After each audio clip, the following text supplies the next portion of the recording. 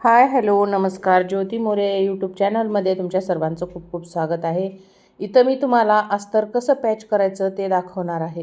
हे इथं मी आता कटोरीचे 2 पार्ट घेतलेले आहेत आणि दोन्ही पार्ट मी आता तुम्हाला दाखवते कसे वेगवेगळे केले ते.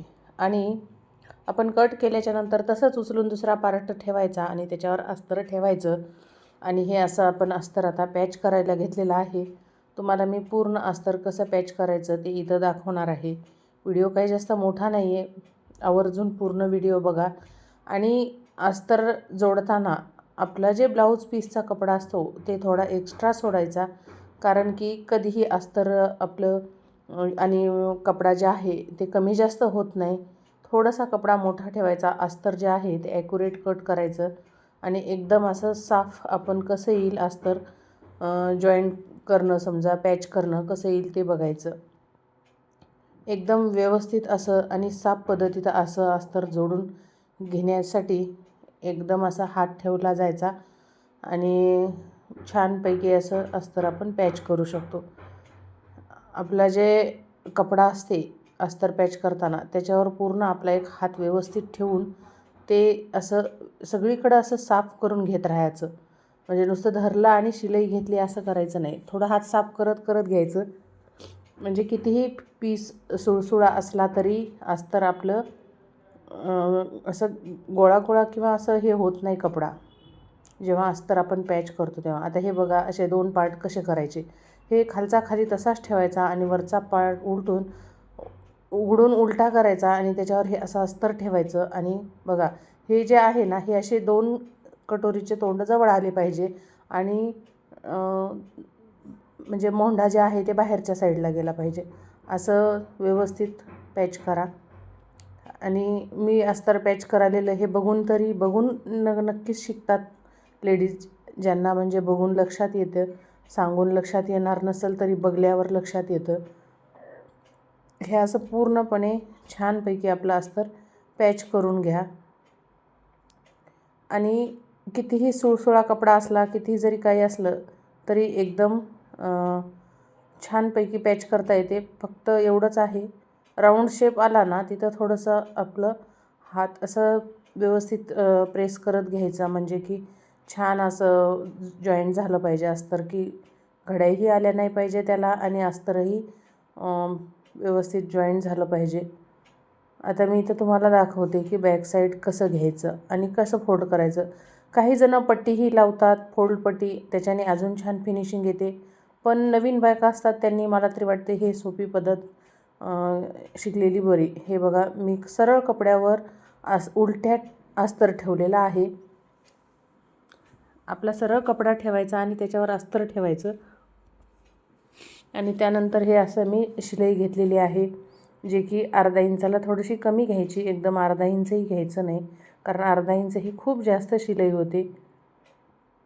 आणि जोपर्यंत आपला हात साफ होत नाही तोपर्यंत कपडाही जास्त.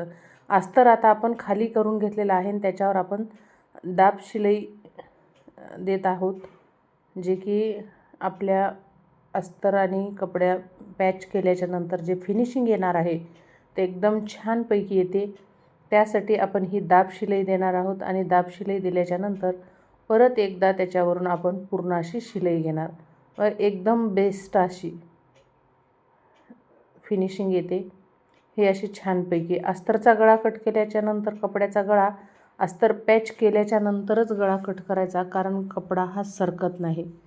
त्यासाठी कधीही अस्तरचा गळा जरी कट केला, हे बघा आता कुठून पॅच करायचं, खालच्या साईडपासून घ्यायचं, जे की मोंढ्यापासून कधीच घ्यायचं नाही. खालच्या साईडपासून घेतलं ना व्यवस्थित कपडा आपला बसून जातो.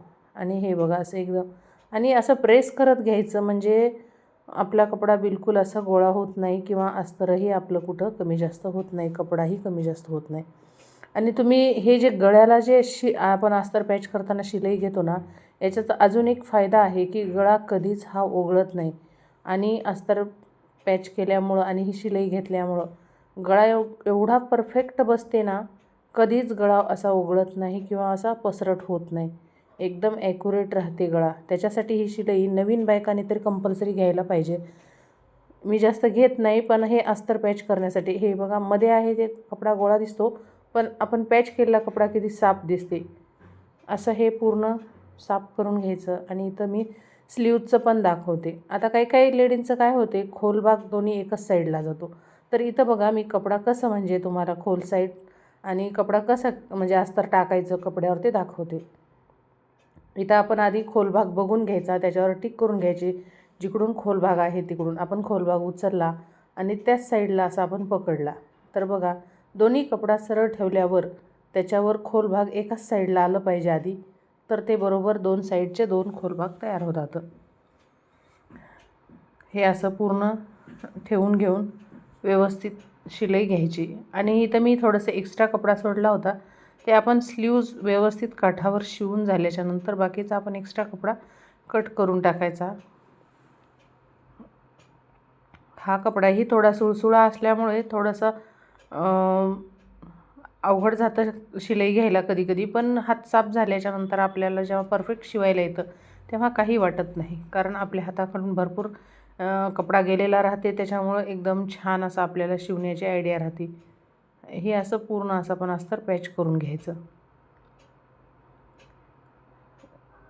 नवीन शिकणाऱ्यांसाठी तरी हे म्हणजे सोपी आयडिया आहे. आणि त्यांनी अशा पद्धतीनंच अस्तर पॅच केलं ना तर खूप लवकर त्यांनाही शिकता येईल आणि सोपंही जाईल त्यांना. काही काही खूप महिलांचा प्रॉब्लेम होते की दोन्ही साईडची कटोरी क्रॉसपट्टी हे एकच होतात आणि मग त्यांना प्रॉब्लेम येते. तर त्यासाठी हे अस्तर पॅच कसं केलं ते बघून घ्या आणि नक्की तुम्ही असं ट्राय करा. आणि व्हिडिओ आवडला असेल तर चॅनलला सबस्क्राईब, लाईक आणि कमेंट करायला विसरत जाऊ नका. अगदी सोप्या पद्धतीत आणि सोप्या भाषेत सगळं शिकवलं जाईल. थोड्या दिवसातच आपल्या चॅनलवर लाईव्ह सुरू होईल. लाईव्ह शिवण क्लास, तेही फ्रीमध्ये. पहिल्यापासून तुम्ही जे म्हणाल ते शिकवलं जाईल. जसं तुम्हाला शिकायचं आहे तसं तुम्ही आयडिया द्याल तसं तुम्हाला तुमच्या भाषा तुमच्या पद्धतीनुसार किंवा तुम्हाला समजेल अशा पद्धतीत शिकवल्या जाईल. कारण मी याच्या अगोदरही ऑफलाईन जेव्हा एवढं सोशल मीडियाचं नव्हतं तेव्हा मी ऑफलाईन क्लास घ्यायची. व्हिडिओ आवडला